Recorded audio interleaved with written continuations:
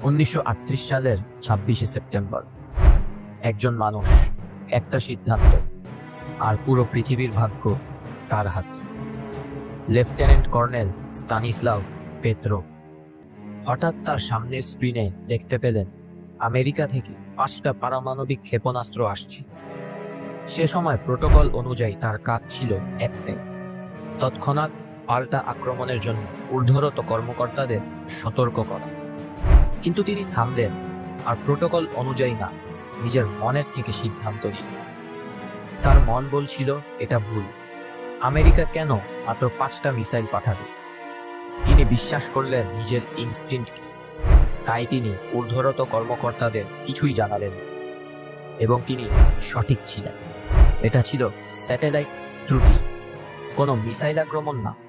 আর সেদিন যদি তিনি প্রোটোকল মেনে চলতেন, তাহলে ওয়ার্ল্ড ওয়ার 3 শুরু হয়ে যেতে পারত, আর কোটি কোটি মানুষ মারা যেতে পারত।